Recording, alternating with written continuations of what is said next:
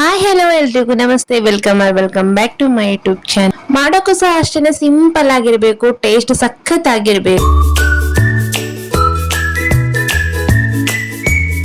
Hotel ಅಲ್ಲಿ ಸಿಗುವಂತ ಮೈಸೂರು ಬೋಂಡನ ಇವತ್ತು ನಾವು ಪರ್ಫೆಕ್ಟ್ ಆಗಿ ಮನೆಯಲ್ಲೇ ಮಾಡೋಣ. ಅದನ್ನ ಯಾವ ತರ ಮಾಡೋಣ ಅದಕ್ಕೂ ಮುಂಚೆ ನನ್ನ ಚಾನಲ್ ಯಾರು ಸಬ್ಸ್ಕ್ರೈಬ್ ಮಾಡ್ಕೊಂಡಿಲ್ಲ ನೋಡಿ, ಹೋಗಿ ಬೇಗ ಸಬ್ಸ್ಕ್ರೈಬ್ ಮಾಡ್ಕೊಳ್ಳಿ.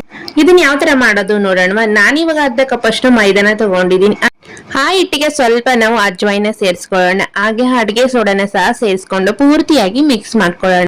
ಮಿಕ್ಸ್ ಮಾಡ್ಕೊಂಡಿರುವಂತ ಹಿಟ್ಟಿಗೆ ನಾವು ಇವಾಗ ಹೆಚ್ಚಿಟ್ಕೊಂಡಿರುವಂತ ಈರುಳ್ಳಿ, ಮೆಣಸಿನಕಾಯಿ, ಕೊತ್ತಂಬರಿನ ಸೇರಿಸ್ಕೊಂಡು ಪೂರ್ತಿಯಾಗಿ ಮಿಕ್ಸ್ ಮಾಡ್ಕೊಳ್ಳೋಣ. ರುಚಿಗೆ ತಕ್ಕಷ್ಟು ಉಪ್ಪನ್ನ ಸೇರಿಸ್ಕೊಂಡು ಅರ್ಧ ಕಪ್ ಅಷ್ಟು ನಾವು ಇದಕ್ಕೆ ಮೊಸರನ್ನ ಹಾಕೊಳ್ಳೋಣ. ಸ್ವಲ್ಪ ನೀರ್ ಮಿಕ್ಸ್ ಮಾಡ್ಕೊಂಡು ಹಿಟ್ಟೆಲ್ಲ ನಾವು ಪೂರ್ತಿಯಾಗಿ ಮಿಕ್ಸ್ ಮಾಡ್ಕೊಂಡು ಒಂದು 5 ನಿಮಿಷ ನಾವು ಅದನ್ನ ನೆನೆಯಕ್ ಬಿಟ್ಬಿಡೋಣ.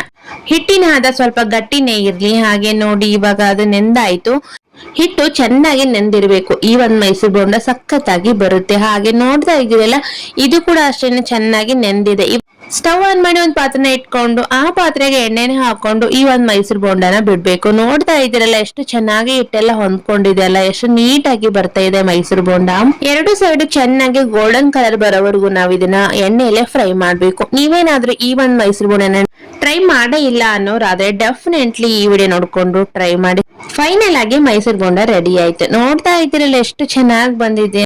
ಟೇಸ್ಟ್ ಅಂತೂ ನೆಕ್ಸ್ಟ್ ಲೆವೆಲ್ಗೆ ಬಂದಿತ್ತು. ಹಾಗೆ ಈ ವಿಡಿಯೋ ನಿಮ್ಗೆ ಹೇಗೆ ಅನ್ಸಿತು ಅಂತ ಹೇಳಿ ಕಮೆಂಟ್ ಬಾಕ್ಸ್ ಅಲ್ಲಿ ಕಮೆಂಟ್ ಮಾಡಿ. ಹಾಗೆ ಈ ವಿಡಿಯೋ ಇಷ್ಟ ಆಯ್ತು ಅಂದ್ರೆ ಲೈಕ್ ಮಾಡಿ, ಶೇರ್ ಮಾಡಿ. ಇದೇ ತರ ಇನ್ನಷ್ಟು ವಿಡಿಯೋಸ್ಗಾಗಿ ನನ್ನ ಚಾನಲ್ ಸಬ್ಸ್ಕ್ರೈಬ್ ಮಾಡ್ಕೊಳ್ಳೋದನ್ನ ಮರಿಬೇಡಿ. ಮತ್ತೆ ಸಿಗ್ತೀನಿ ಮುಂದಿನ ವಿಡಿಯೋದೊಂದಿಗೆ. Thank you.